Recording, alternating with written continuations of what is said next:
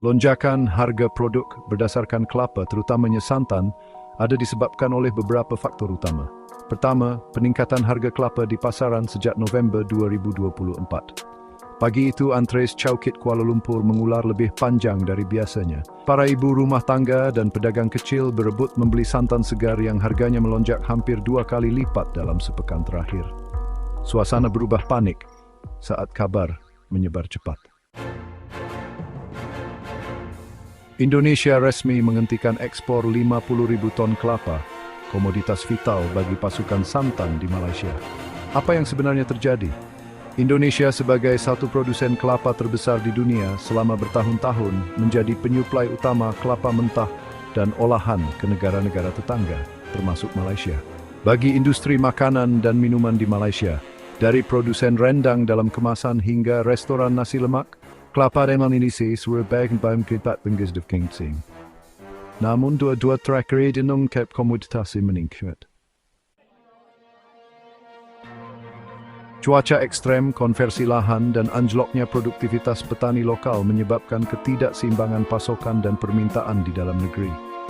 Puncaknya terjadi pada akhir Mei 2025 ketika pemerintah Indonesia melalui Kementerian Perdagangan secara resmi mengumumkan kebijakan penghentian sementara ekspor kelapa mentah sebanyak 50.000 ton. Kebijakan ini diberlakukan demi menjaga kestabilan pasokan dalam negeri dan menekan harga santan serta minyak kelapa yang mulai tak terjangkau bagi masyarakat Indonesia sendiri. Malaysia yang sangat bergantung pada pasokan tersebut langsung terkena imbas. Dalam waktu seminggu, harga santan naik lebih dari 80%. Industri pengolahan terancam berhenti dan beberapa perusahaan makanan skala kecil mulai memangkas produksi.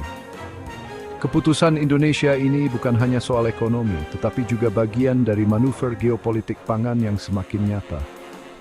Di tengah ketidakpastian global akibat konflik rantai pasok dan perubahan iklim, explain this smil di will to mengetir domestik.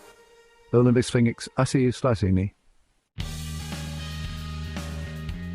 Indonesia mencerminkan perubahan paradigma dari pemasok regional menjadi pengelola mandiri.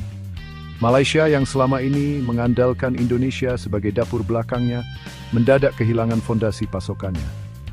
Pemerintah Malaysia terkesan lengah dalam diversifikasi sumber bahan pangan strategis. Sementara itu, Indonesia mengirim sinyal kuat negara dengan sumber daya alam berdaulat penuh atas komoditasnya. It is defined by Bulkan the Glanging Dusim Twench, Lim Greater Twoping. Indonesia dan faktor cuaca. Lonjakan harga produk berdasarkan kelapa, terutamanya santan, ada disebabkan oleh beberapa faktor utama. Pertama, peningkatan harga kelapa di pasaran sejak November 2024. Berpunca daripada kenaikan harga kelapa import dari Indonesia berikutan kekurangan bekalan serta peningkatan ekspor kelapa Indonesia ke China. Balik kau salah orang? Kau salah orang. Datuk Timbalan di Petua. Kangan kena tarik balik perkataan. Rakyat Malaysia yang terbiasa dengan barang-barang serba murah kini harus menerima kenyataan bukan hanya subsidi yang perlahan dicabut satu persatu, akan tetapi juga barang-barang yang diimpor mulai mengalami kenaikan secara signifikan. Banyak rakyat Malaysia yang mencoba menepis karena takut diejek oleh warga Indonesia. Namun, lebih banyak lagi yang mengeluh karena situasi tidak kunjung berubah, bahkan menjadi lebih parah. Persaingan harga komoditas di tingkat global membuat Indonesia tidak dapat lagi mengekspor barang ke Malaysia dengan harga terlampau murah. Hal ini disebabkan banyak negara yang berani membeli komoditas Indonesia dengan harga yang lebih tinggi. Misalnya saja kelapa yang selama ini diekspor ke Malaysia, kini harus bersaing harga dengan China yang memiliki penawaran lebih tinggi. Hal tersebut membuat Parlimen Malaysia memutar otak hingga mencoba melakukan pendekatan dengan Indonesia. Mereka meminta Menteri Pertanian dan Keterjaminan Makanan menyatakan perancangan terperinci jangka pendek, menengah, distinct national beriapce produk perusahaan kelapa, terutamanya santan. Menjejaskan keseluruhan rantaian bekalan dan nilai berteraskan kelapa akibat kekurangan kelapa tempatan. Kenaikan harga kelapa import dari Indonesia dan faktor cuaca. Terima kasih. Lonjakan harga produk terutamanya santan disebabkan beberapa faktor utama. Pertama, peningkatan harga kelapa di pasaran sejak November 2024 berpunca daripada kenaikan harga kelapa import dari Indonesia, berikutan kekurangan bekalan serta peningkatan ekspor kelapa Indonesia ke China. Harga kelapa import dari Indonesia pada Januari 2024 RM1.10 sebiji meningkat kepada RM80 sebiji pada Oktober 2024. Buat masa ini negara bergantung 98% sumber import kelapa dari Indonesia. Kedua, berlakunya fenomena melawas, yaitu pertumbuhan pokok kelapa menjadi kurang produktif atau tidak optimal, disebabkan gangguan dalam proses pencambahan atau penghasilan buah kelapa akibat perubahan cuaca yang ekstrem dan tidak menentu yang boleh mempengaruhi kesuburan serta penghasilan kelapa. Faktor cuaca seperti kemarau dan banjir juga memberi kesan kepada pengeluaran kelapa di ladang. Jadi ini akan menyebabkan perkara-perkara yang bersangkutan. Jadi soalan saya, kalau kita masih bergantung sebanyak 90.8% sebagaimana yang Menteri jawab daripada import, terutama daripada Indonesia, saya dapati ianya akan tidak menjamin produk itu daripada pengeluaran sendiri. Pertanian diberi tempoh 3 tahun oleh Presiden untuk membuat regulasi pertanian. Dan sekarang ini Indonesia sudah ada 7 jenis mawar yang serf efisiensi yang tidak lagi betul dengan negara luar. Kita semua dari A sampai Z harap negara import kepada kita. Kita mengimport ekspor makanan. Import makanan ini bukan berlaku saja di negara kita, bahkan berlaku di negara Iran. Termasuk Indonesia, saya masih sedar, iaitu di Indonesia pada satu ketika harga cili padi mencecah kepada RM40 satu kilo. Jadi, ukuran daripada peristiwa-peristiwa itu, maka presidennya pada satu ketika mengarahkan Menteri Pertanian untuk membuat transformasi pertanian dan mereka telah mentransform seluruh daripada atas sampai bawah di pertanian. Dana hari ini, Indonesia dia telah berjaya mengeluarkan hasil pertanian untuk kegunaan negara dia tanpa perlu mengimpor sebanyak 9 jenis. Di Malaysia sudah ada berapa jenis agak-agak kita ada. Di sisi domestik, langkah ini disambut beragam. Petani kelapa lokal merasa terbantu karena harga jual naik. Tetapi pelaku ekspor mengeluh karena kehilangan pasar yang stabil. Di tingkat global, Indonesia menunjukkan kapabilitas mengendalikan arus komoditas strategis. Negara-negara seperti Thailand dan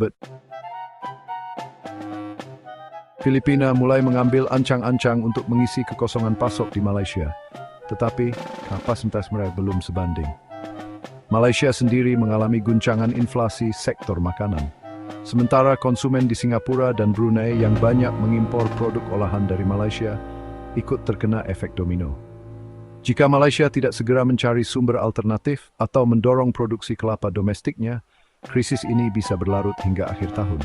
Indonesia from its veterans.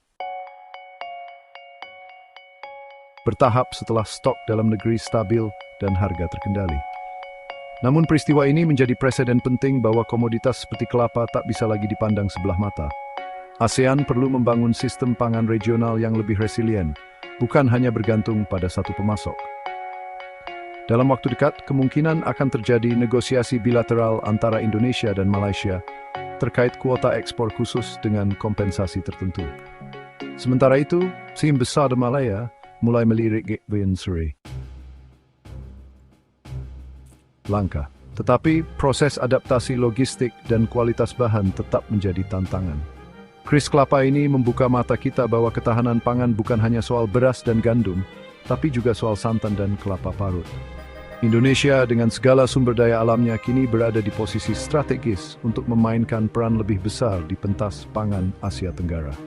Namun, kekuatan ini harus dikelola dengan cermat antara menjaga kepentingan nasional dan mempertahankan stabilitas regional. Malaysia rejeki untuk lebih mandiri. Sementara Indonesia perlu merumuskan strategi jangka panjang yang tidak hanya reaktif tetapi proaktif dalam bentuk peta pangan masa depan.